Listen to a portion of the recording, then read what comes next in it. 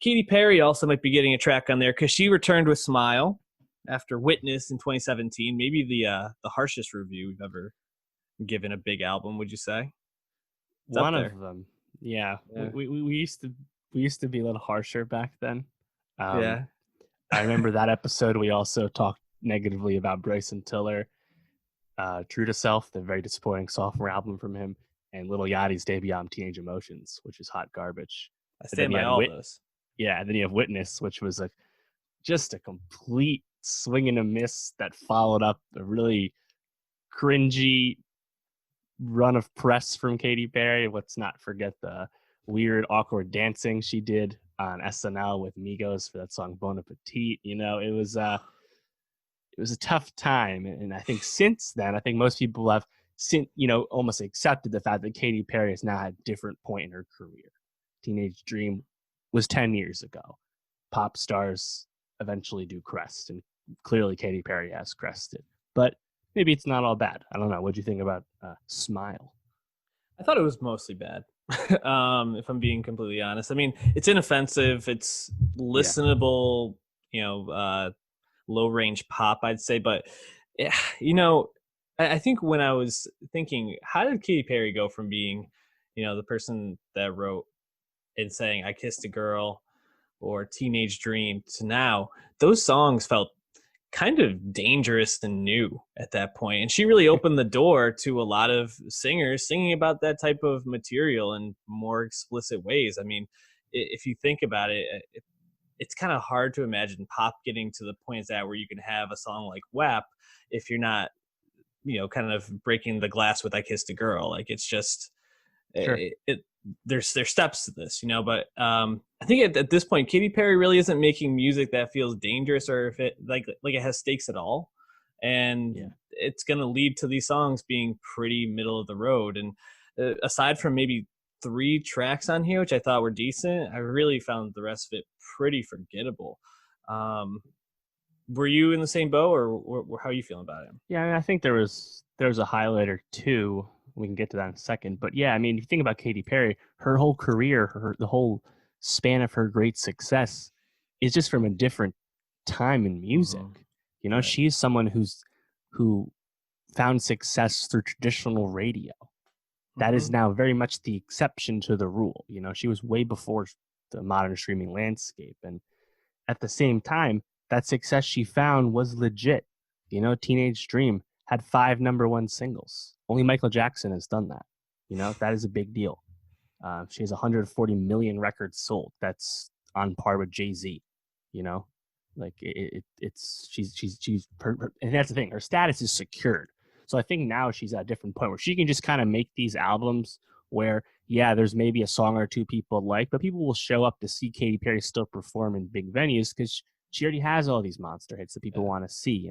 It's kind of like Madonna, I guess. She had Madam X come out, go number 1, but really went into number 1 because of all those ticket bundles. People want to see Madonna perform, not because they give a fuck about her album she made in her 50s, right? So I think Katy Perry, who's notably much younger than Madonna still, but I feel like she's kind of getting to that point, where like it's a pop star that's past. And I mean, you just think about what pop music is now. I think Ariana, just the production choices are just on a whole different level with her, even if vocally they're similar. And then obviously people like Billie Eilish and Charlie XCX are just way weirder and just in a completely different stratosphere. And then there's also people like Dua Lipa and Kim Petras who make music that's way more indebted to the past. Katy Perry's not doing that either. So, and she's not as, I think, relevant to younger people the way people like Selena Gomez are. So, I think as a pop star, she's just in a different place in her career. What happens, I mean, she's probably more well known now, especially to families and to a different demographic for being on an American Idol, being the judge there, and being the artist who birthed Left Shark, no matter how inadvertent or some people might say chosen that decision was. It's just kind of, she's become this meme. And I think I do like that on this album, she kind of like leans into that. Like, whereas on Witness, it felt like she still was trying to upbeat, a little bit more edgy, and like, oh, I'm gonna really get Taylor Swift with this track, or really Right. stick it to him. Here she's just like, yeah, I make inoffensive music. I'm Right. trying to tell you, think positive, you'll get through it, and that's my brand now. And sure, okay, fine. Like, if that's what you want to do, you're gonna lean into it. Cool. And I found a couple of these tracks. Okay, Smile, I've heard Yeah. dozens of That's times, my favorite one. like everywhere, but definitely like that beat and that bass just really slap, really stands out.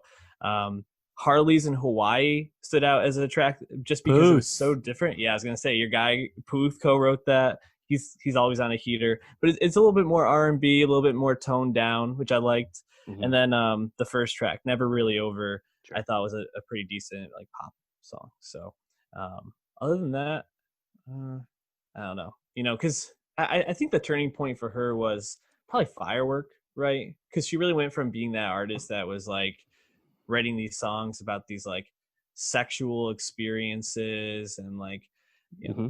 these dalliances that Yeah. were edgy, to being like, I am the empowerment artist now. And that Yeah. Firework became, I mean, Eye of the Tiger. I mean, it's like Yeah. all Roar. this, Yeah. yeah, Roar, sorry, but it's Mm-hmm. all this same stuff.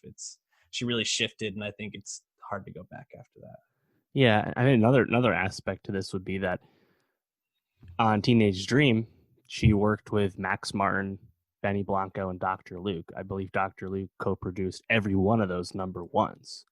Obviously, very few people are publicly working with Dr. Luke after everything that happened with Kesha, but maybe it would serve her to get back with Benny and Max, who are still very much going strong as super producers go. Mm-hmm. I don't know. It's not like there's nameless people on the Smile credits. That's not the case at all. But it seems like that original brain trust maybe would help her. But if you think about her original music too, it wasn't like amazing lyrics either back then. Mm. And like I think Teenage Dream, it's not that Teenage Dream is this lyrical masterwork. It's almost just appreciated for its subtlety and how it's portraying losing your virginity, because it's Mm-hmm. not super obvious. Versus like Kissed a Girl is super in your face and edgy and help kind of reestablish her as an artist after Yeah. several stops and starts with trying to get a career.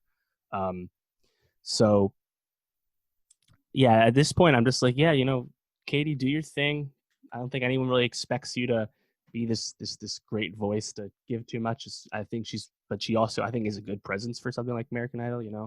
Mm-hmm. She just had a kid, Orlando Bloom. Cool. Keep Orlando Bloom going too. I like him. Do you know the name of the child? I forget. I read it. It's Daisy Bloom. Get it? Do you get it, it. Dave? All right. And it's fitting. It's fitting the brand.